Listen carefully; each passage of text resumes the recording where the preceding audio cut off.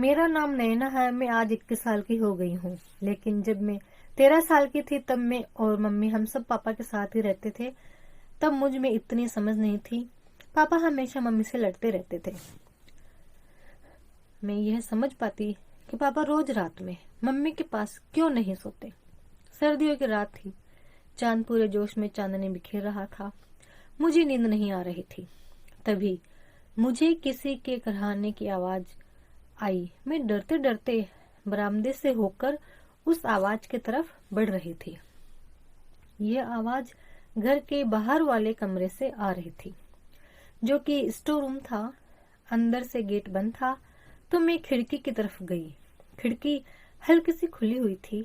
मैं अंदर झांकने पर देखा कि पापा नग्न अवस्था में थे और वहां जो देखा मैंने सुन्न हो गई। तभी अंदर से 4 औरतें बाहर निकली, वो भी बदहवास थे। मेरे पापा किसी हैवान से कम नहीं, यही सोचते हुए कमरे घर में घुसी। मम्मी को अचानक क्या हुआ था। पूरे 8 महीने के बाद नैना ने घर में कदम रखा तो वहां का भयानक सन्नाटा उसे काटने दौड़ पड़ा। बड़ी मौसी ने डॉक्टर सचिन को बुला लिया। मम्मी उन्हीं की देखरेख में थी। उन्होंने ही नैना को मम्मी की इस अंतिम स्टेज की खबर दी थी। अंतिम स्टेज। नैना की आंखें एक बार फिर भर आई। मम्मी को क्या अब वो कभी नहीं देख सकेगी? ब्रेन हेमरेज हुआ है। सिसकी उसके कंठ में ही घूट कर रही थी। मेडिकल स्टूडेंट होने के बाद भी नैना के मन में किसी कोने में मम्मी के चले जाने का भयानक डर बैठ गया। कितने बरसों से वो और मम्मी नाना के इस घर में रह रहे हैं। जब से नैना मेडिकल पढ़ने बाहर गई है, बड़ी मौसी लगातार मम्मी के साथ रहती है। उनका बेटा विदेश में है और मौसा जी कुछ बरस पहले दुनिया छोड़ गए। नैना ने साय साय करते कमरे में पैर रखा तो मम्मी पलंग पर बेसुध से पड़ी थी। डॉक्टर सचिन उनके सिरहाने बैठे थे। अंकल, मम्मी की तबीयत में कुछ नहीं कह सकता नैना। इन्होंने अपने प्रति काफी लापरवाही बरती है। ब्लड प्रेशर काफी समय से हाई चल रहा था। दवाइयां समय पर नहीं ली और अभी अचानक ब्रेन हेमरेज। कहते कहते डॉक्टर सचिन का स्वर कांप गया। मौसी भी कमरे में आ चुकी थी। उन्होंने ही बताया कि पिछले कई दिनों से मम्मी को लगातार सिर में भयानक दर्द होने लगा था। रातों को सो नहीं पा रही थी। सुबह सुबह उल्टियां हो जाती थी। दर्द की गोलियां लेकर यूनिवर्सिटी जाती थी वो। कोई प्रोजेक्ट था जिस पर वो काम कर रही थी काफी मेहनत से, लेकिन बीच में ही तबीयत खराब हो गई। मम्मी को यूनिवर्सिटी की जॉब बड़े संघर्षों के बाद मिली थी, इसलिए वो स्टूडेंट और फैकल्टी मेंबर्स की तरह कोई शिकायत नहीं चाहती थी। अभी उम्र ही क्या थी मम्मी की। नैना और मम्मी में बस 21 बरस का ही अंतर था। इस हिसाब से मम्मी कुल 46 साल की थी। ये कोई दुनिया से चले जाने की उम्र तो नहीं होती। लेकिन मम्मी का अकेलापन। नैना ने सोच लिया था कि अपनी शादी वो तब करेगी जब डॉक्टर सचिन से मम्मी का विवाह करवा देगी। मम्मी को इसके लिए तैयार कर पाना काफी मुश्किल था। दुनियादारी, पड़ोस, रिश्तेदार। बड़ी होती है बेटी, कितना कुछ सोचती थी मम्मी, लेकिन सब कुछ अनकहा। डॉक्टर सचिन की भी पता नहीं कि कैसी परिस्थितियां रही होगी जो इतना भला और योग्य इंसान अब तक अविवाहित रह गया। और मम्मी भी उसके पिता से अलग न जाने कब से। मम्मी और डॉक्टर सचिन के बीच का अनबोला लगाव नैना भाप चुकी थी, लेकिन संग साथ की शुभ घड़ी आने से पूर्व ही असमय संगीनी साथ छोड़ गई। उसे मम्मी की देह ठंडी लगी। शायद मम्मी के प्राण नैना में ही अटके थे। उनकी आंखें बंद ही रह गई। मृत्यु उन्हें चुपचाप ले गई। अंतरा ने उनका माथा चूमा, आंखें चूमी। उनको अधरों पर जैसे सफेद प्याज जमी हुई थी। आंखों के कोरों से भरे हुए आंसू अभी भी कनपटियों तक सूखे हुए थे। 8 महीने पहले जब वो घर से गई थी तब उसे यही लगा था कि वो और मम्मी बस कुछ समय के लिए ही बिछड़ रहे हैं, जैसे 27 मई की रात को दिल्ली एयरपोर्ट पर तो अंतिम बार बिछड़ी थी। नैना चुपचाप वहीं सोफे पर लेट गई। मन भटक कर पीछे लौट रहा था। 13 बरस की नैना को मम्मी की विद्रोह आज भी याद है, और दादी का खर्राट स्वर, वो मर्द ही क्या जो एक ही खूंटे से बंधा रहे, तेरा हक तुझे मिलेगा, लेकिन मेरे बेटे के शौक चाव में दखल न दे। क्या थे वो शौक चाव? नैना ने होठ व्यंग्य से टेढ़े हो गए। नैना को याद है, सरिता आई थी दादी के गांव से, शायद 19 या 20 बरस की थी, लंबी खरी गहरी सांवली। उन दिनों मम्मी की तबीयत गिरी गिरी रहती थी। घर संभालने आई थी सरिता, नैना के साथ साथ उसके पिता को भी संभाल लिया। तब नैना उसी के साथ सोया करती थी।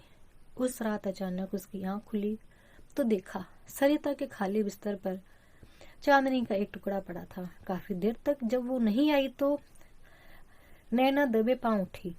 आंगन पार का दरवाजा उठा देखा कि कच्ची उम्र में उसकी उत्सुकता के धीरे से दरवाजा खोल दिया।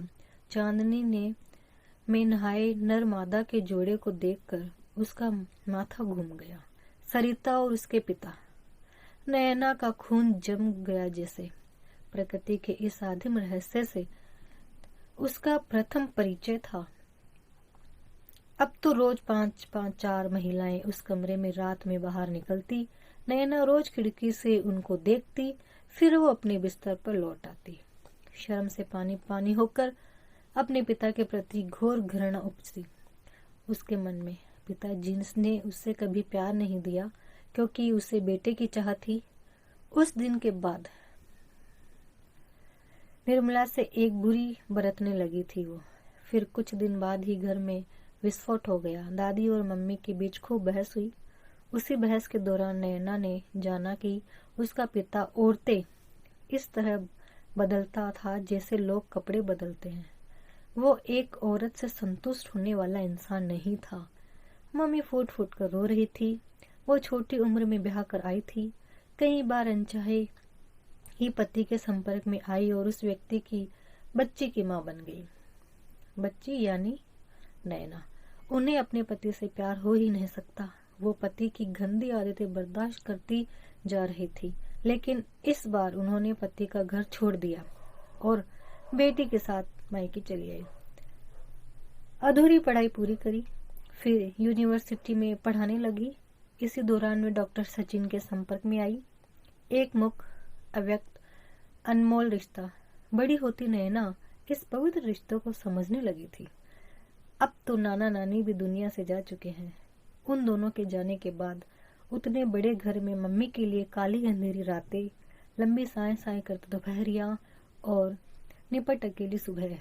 लेकिन डॉक्टर सचिन ने मम्मी को सहारा दिया बिना किसी स्वार्थ के।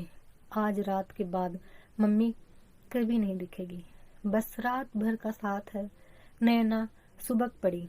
समाज में मृत्यु भी एक समारोह की तरह होती है। भोर होती रिश्तेदार पड़ोसी जुटने लगे। डॉक्टर सचिन को देखकर लोगों में फुसफुराहटें होने लगी। तेरे पिता को खबर करनी होगी, मौसी ने कहा तो नैना चौंक पड़ी। क्यों? लेकिन उसकी आवाज कोलाहल में दब रही थी। मौसी के पास शायद उसके पिता का नंबर था। कुछ देर बहसा बहसी के बाद मौसी ने फोन रख दिया। एक विजेता की सी संतुष्टि थी उसके चेहरे पर। झगड़ा तो सोत का था, अब न सोत रही न सोत के लिए झगड़ने वाली। फिर कुछ नियम धर्म संस्कार भी तो निभाने होते हैं, मौसी कह रही थी। कुछ घंटे बाद ही वो व्यक्ति उस घर में जा था जहाँ कभी वो बाजे गाजे बारात के साथ आया था। नैना बिना किसी भावना के उस व्यक्ति को देखती रही। सती सुहागन आई मेरी बहन। पति के कंधे पर अंतिम यात्रा के लिए जाना औरत के लिए बड़े भाग्य की बात होती है। मैं तो अभागन रही इस मामले में। नैना तू सजा दे अपनी माँ को, मौसी अपने आप कहती जा रही थी। लाल चुनर, माथे पर लाल टीका, सुनी कलवे में हाथ भर लाल चूड़ियां, अधरों की सफेद प्यास पोंछ दी थी नैना ने, और आंसू के निशान भी। मम्मी तो मृत्यु के बाद भी कितनी सुंदर दिख रही थी, चुपचाप सोई हुई। वही चांद सा मुखड़ा, चौड़ा माथा, डराती जैसी आंखें लेकिन बंद, खामोश। इतनी सुंदर वो कभी नहीं दिखी। मौसी के बताने पर नैना मम्मी के ड्रेसिंग टेबल के दराज में सबसे पीछे रखा सिंदूरा लेती आई। चमकीले लाल रंग का सिंदूरा जो न जाने कब से उपेक्षित पड़ा हुआ था। मेरी बहन सती सुहागन इस दुनिया से गई है, अपने हाथों से उसकी मांग भर दो जवाई जी, मौसी रोते रोते कह रही थी। वो शख्स जो नयना का पिता था, शांत निर्विकार बैठा सिगरेट पी रहा था। कोई दुख, कोई अफसोस नहीं जाहिर था उसके चेहरे पर। मौसी के शब्द अंतरा के कानों में पड़े तो जैसे वो नींद से जाग पड़ी। वो देख रही थी कि किसी औरत ने सिंदूर के इर्द गिर्द चिपके सिंदूर को समेटकर पिता नाम के उस व्यक्ति को सिंदूरा थमा दिया था। एकाएक ही नैना ने वह सिंदूरा झपट लिया। उसका क्रोध चरम पर था। मेरी मम्मी को देवी मत बनाइए, ये आदमी मेरी मम्मी का पति नहीं हो सकता, ये मेरा पिता कहलाने लायक भी नहीं है। मम्मी ने इस आदमी से कभी प्यार नहीं किया। मेरी मम्मी डॉक्टर सचिन से प्यार करती थी और ये बात बस मैं ही जानती हूँ। उनकी मांग में सिंदूर भरने का अधिकार सिर्फ और सिर्फ डॉक्टर सचिन को ही है। नयना ने पिता नाम के उस व्यक्ति से सिंदूरा लगभग छीन ही लिया। उसने मम्मी के चेहरे की तरफ देखा। सिंदूरा की सुंदर उसकी मम्मी आजीवन अपनी अधूरी कहानी पर चुपचाप घूरती रही और बिना किसी से कोई शिकायत किए वह इस दुनिया से चुपचाप ही चली भी गई। भीड़ छटने लगी थी। कई तरह की बातें, फुसफुसाहटें नयना के कानों में पड़ रही थी। बीतते हुए किसी पल में सचिन अंकल ने उसके हाथ से सिंदूरा लेकर मम्मी की मांग भर दी। मम्मी की देह में न जाने कहाँ का सौंदर्य उमड़ पड़ा था और उनकी बरसों की सुनी मांग दूर तक सिंदूर से जगमगा गई थी। नैना सचिन की बाहों में पापा कहते हुए बेहोश हो गई।